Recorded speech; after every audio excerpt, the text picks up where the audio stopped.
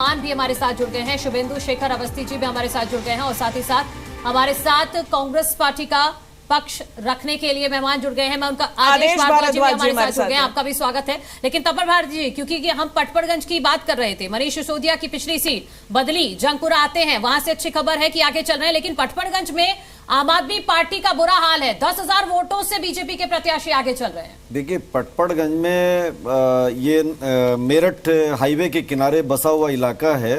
तो एक तरफ तो त्रिलोकपुरी में आम आदमी पार्टी आगे है, हाईवे के दक्षिणी साइड में। हाँ। लेकिन उत्तरी दिशा में जो पटपड़गंज बसा हुआ है, जिसमें मदर डेयरी का हेडक्वार्टर भी है, उसमें दो तरह की आबादी है। एक सोसाइटी है जो मध्य वर्ग का है, उसकी आबादी काफ़ी ज़्यादा दिख रही है, और जो छोटे छोटे मकान बने हुए हैं उसमें लोअर मिडिल क्लास से भी नीचे लेवल के लोग वहाँ रह रहे हैं। काफ़ी दिक्कतें हैं। तो मैंने देखा कि चुनाव के दौरान लोग बहुत नाराज थे कि मनीष सिसोदिया ने कोई काम नहीं किया, इलाके में गंदगी ज़्यादा है, नालियों में पानी बह रहा है, बहुत बुरा हाल था। ये जितने भी मीडिया पर जो खबरें आई, तो इसी वजह से शायद मनीष सिसोदिया ने वो एक अच्छी बात इस चुनाव की है कि ये चुनाव मुद्दों पर लड़ा गया। हाँ। तो मनीष सिसोदिया ने छोड़ा इसीलिए, और 10,000 का फासला का मतलब है कि रविंद्र नेगी जो पिछली बार कुछ वोटों से हार गए थे, इस बार मुझे लग रहा है कि शायद वो विजय श्री की ओर बढ़ रहे हैं, उनकी जीत पक्की लग रही है। और बाकी अरविंद केजरीवाल भी नई दिल्ली सीट से बहुत ज्यादा अंतर से आगे नहीं है। जिस तरह से पिछली बार 30,000 वोट से आगे चल रहे थे, और इस बार 500-600 वोट बहुत ज्यादा मार्जिन नहीं है। तो ये उतार चढ़ाव अभी दिखाई पड़ेगा आपको। ठीक है, मैं लौटूंगी तपन जी। और देखिए, 10,000 का मार्जिन बहुत ज्यादा होता है, इसे पाट पाना इस अंतर को बहुत मुश्किल होता है। और अगर शुरुआती दौर में ही ये बढ़त बना ली है तो मुश्किल लग रहा है कि अब इस बढ़त को, क्योंकि ये विधानसभा का चुनाव है, लोकसभा में होता तो बात अलग होती है। पटपड़गंज में जो उम्मीदवार हैं वो ग्रेटर नोएडा में रहते थे। अवध ओझा की आप बात करें। अवध ओझा है तो पेशे से टीचर, और आम आदमी पार्टी के लिए उन्होंने अच्छा काम किया। कहा था कि वो स्टूडेंट को फ्री कोचिंग कराएंगे। हाँ। चलिए ठीक है, मैं लौटूंगी। लेकिन शायद उनका घर नहीं है, ये भी उनके खिलाफ गया होगा। हुए हैं आदेश जी, सबसे पहले तो मैं, चूंकि आप बुराड़ी के हैं, बुराड़ी में मुझसे मुलाकात भी हुई थी जब वहां पे हम पहुंचे थे ग्राउंड रिपोर्टिंग के लिए, जानने के लिए जनता का मूड। काफी आश्वस्त आप नजर आ रहे थे। तो पहले तो बुराड़ी के लिए बताइएगा कि क्या हो गया यहाँ पे, संजीव झा इतने वोटों से आगे चल रहे हैं। और दूसरा पटपड़गंज का बता दीजिए, क्योंकि अनिल चौधरी आपके दिग्गज नेता, राहुल गांधी के साथ मंच शेयर करने वाले नेता, और पूरी तरीके से आश्वस्त नेता कि पटपड़गंज अब मनीष सिसोदिया नहीं है तो हम ले ही जाएंगे। 10,000 का अंतर हो गया है सर। देखिए शिवांगी जी, ये तो दिल्ली के लोगों का फैसला है, लेकिन सच्चाई ये है कि हमने जो किया शीला दीक्षित जी के समय में, वो काम लोगों को नजर आए, बताए, और लोगों ने उनकी सराहना की, और आगे करेंगे और ये काम करेंगे, ये हमने लोगों को बताया।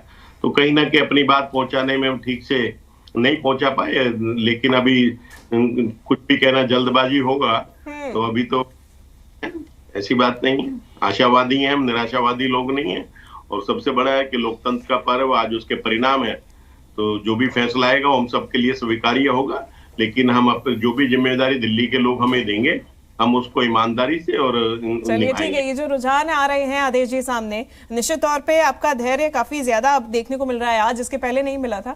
लेकिन आज के रुझानों के बाद थोड़े आप धैर्यपूर्वक जवाब देते हुए नजर आ रहे हैं। मैं लौटूंगी, शुभेंदु जी लगातार बने हुए हैं। शुभेंदु जी, सबसे पहला मेरा सवाल तो मुस्लिम बहुल इलाके को लेकर रहेगा। बीजेपी कई इलाकों पर आगे चल रही है, मुस्तफाबाद सीट भी आपकी बढ़त बनाए हुए हैं मोहन सिंह बिष्ट, और भी कई इलाके हैं। तो क्या ये वाकई में बीजेपी का जादू, तमाम आपके स्टार कैंपेनर्स का जादू, या फिर सीधी सीधी बात कि आम आदमी पार्टी और कांग्रेस के वोट कट रहे हैं? अब तीनों चीजों को जोड़ के इसको जोड़ना चाहिए। पहला, भारतीय जनता पार्टी का अपना मूल मंत्र है सबका साथ सबका विकास, ये विषय है। वहां पर कांग्रेस ने भी चुनाव ठीक से लड़ा है मुस्लिम समाजों में। और ये दोनों फैक्टर के अलावा भी दिल्ली की जनता अरविंद केजरीवाल जी से बड़ी रुष्ट रही। और आपके चैनल पे तो लगभग हफ्ते में 2 बार 3 बार 4 बार मैं रहता था, और मैंने एक ही बात कही थी कि हर मुद्दे पर दिल्ली की जनता केजरीवाल जी से नाराज है। आज वो दिख रहा है, तब लोग मानते नहीं थे। अब झुग्गी मुस्लिम समाज के लोग, ये लोग भी पहले अरविंद केजरीवाल जी के वोट हुआ करते थे, पर उन्होंने भी देखा कि ये जो व्यक्ति है ये कहीं ना कहीं खाली बहाना कर रहा है और बहाना करके निकल जाता है, काम को पूरा नहीं करता। इसलिए मेरे को लगता है ये जो रिजल्ट आप देख रहे हैं ये 2-3 कारणों से है। पहला, अरविंद केजरीवाल जी की नाकामी, भारतीय जनता पार्टी और भारतीय जनता पार्टी के ऊपर लोगों का विश्वास,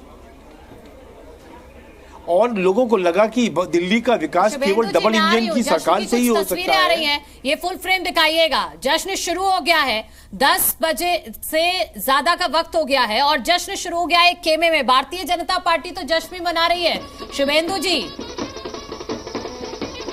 ये देखिए। अभी नहीं, अभी हमको थोड़ा सा संयम बरतना चाहिए, संयम बरतना चाहिए हमको लगता है, और 1-2 घंटे, क्योंकि अभी तीसरा राउंड चल रहा है, 5-6 राउंड बाकी हैं, तो उसको देखते हुए हमको लगता है कि हम अब इस फिगर को मेंटेन करके रखेंगे। चलिए ठीक है, मैं लौटूंगी। हमारे साथ न्यूज रूम से हमारी सहयोगी दीपिका भी जुड़ गई है। मनु, एक रुख उनका करेंगे इस वक्त की ताजा अपडेट्स के साथ।